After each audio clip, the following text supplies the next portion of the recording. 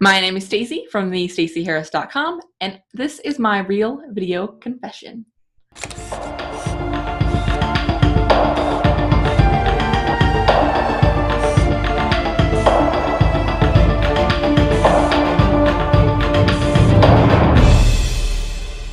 So I'm going to talk about my first business, which I've talked about a little bit in other places, but not very much. My very first business was actually a virtual assistant business called On Demand Virtual Assistant, where I tried very hard to appear like the person that you would see when they walk into a reception office at the front desk, which since you're seeing me right now, you probably realize is not very authentic, is not very true to who I am as a person.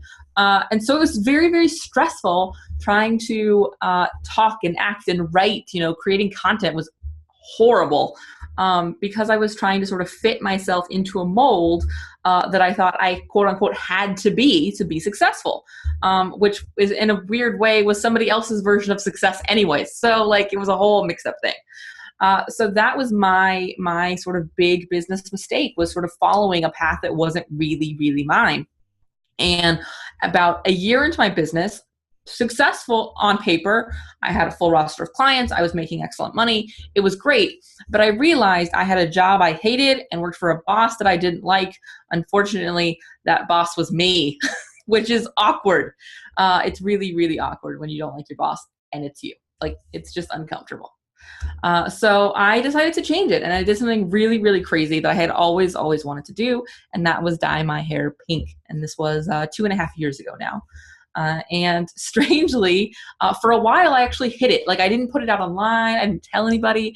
And then I had to go to an event for a client, and I got there, and I was really nervous, to the point where I considered buying a wig. I was like, I will just cover it up. And I went, no, I'm going to just go with it.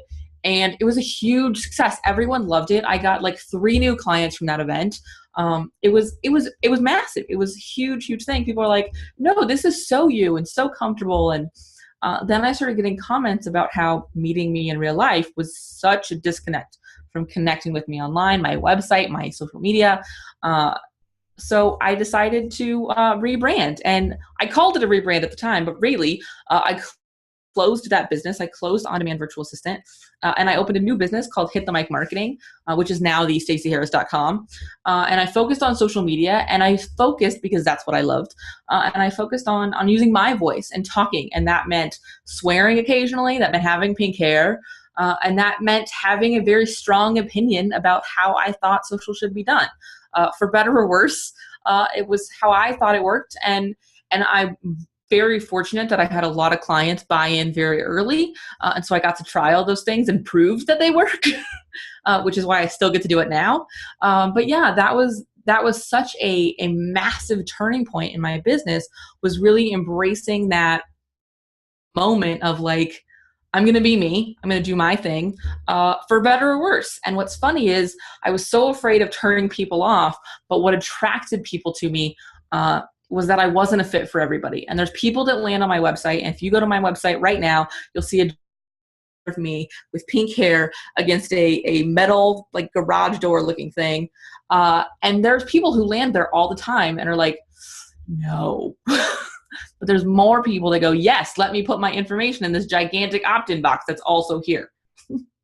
And so that was for me. That was my big lesson. And that was my big confession, was that I was not always me online. I definitely went through a time where I thought I had to be someone else. I thought I had to be something else. And I thought I had to achieve something very, very specific. So if you're feeling that way, you are not alone. We all, I think, go through it at some point in our business, for better or worse. And even now, today, 3 years into this, 3.5 years into this, almost 4 years into this, Jesus, I still struggle with it. I'm like, oh, is this going to be too much to say in this podcast I just recorded? Because that one's going to make somebody mad. And I go, nope, do it. And those are always my most popular episodes.